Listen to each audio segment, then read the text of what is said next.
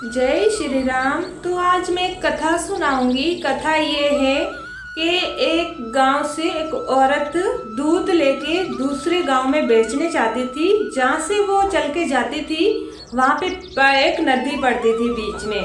तो वो कई नाव आती थी और नाव में चढ़ के दूसरे नदी के दूसरे पार जाती थी, दूसरे पार।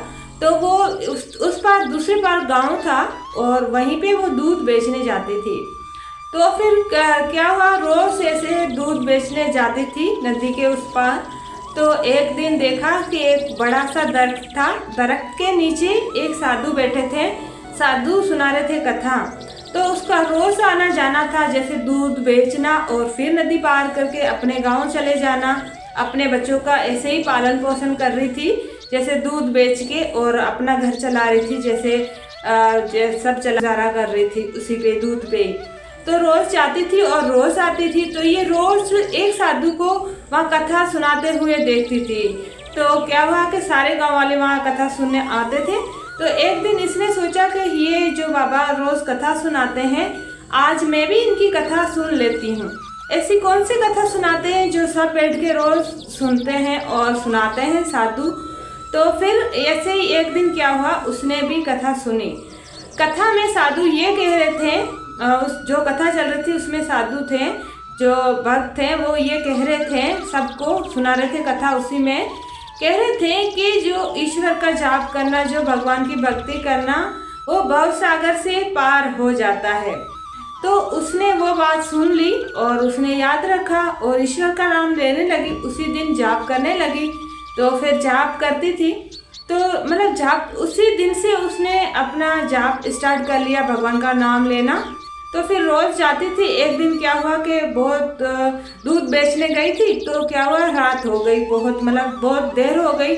तो जो भी नाव वाले नदी में थे वो सारे चले गए थे वहाँ से। तो चले गए थे सारे नाव वाले। तो अभी क्या करती कि नदी तो बहुत गहरी थी, ऐसे चल के तो पार की नहीं जा सकती।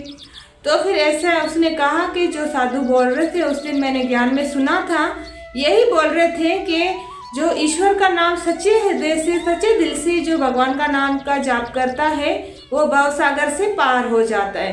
तो इसने क्या किया, भगवान का नाम लेते गई और चलती गई।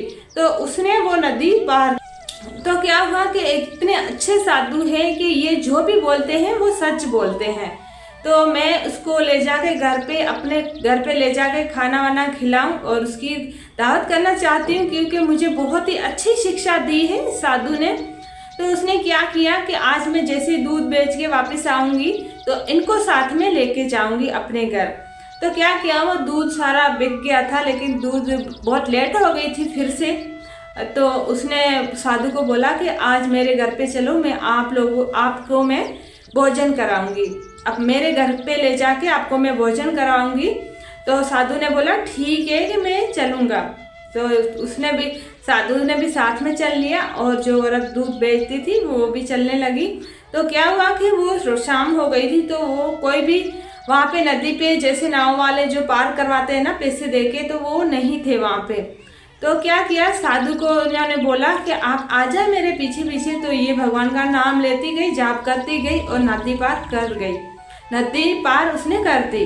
तो क्या क्या साधु को भी बोला कि आप आ जाए, और मैं भी पार कर गई हूँ ना भगवान का नाम लेके। आप ही ने तो बोला था कि जो भी ईश्वर का नाम सच्चे हृदय से नाम लेता है, जाप करता है, वो भव सागर से पार हो जाता है।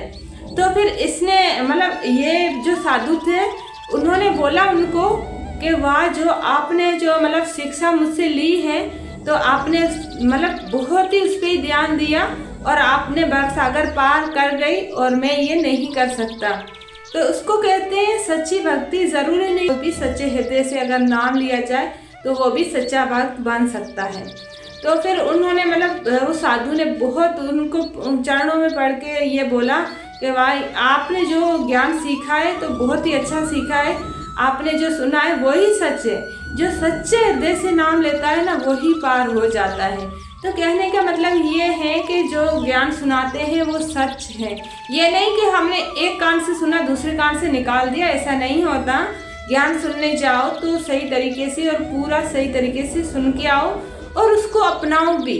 जो हम ज्ञान सुनते हैं सिर्फ सुन के नहीं छोड़ देना है, उस ज्ञान को अपनाना भी है अपनी जिंदगी में। वो सत्य है, ईश्वर की राह सत्य है, ईश्वर सत्य है, सिर्फ ईश्वर ही सत्य है, उसके अलावा कुछ भी सत्य नहीं है। जय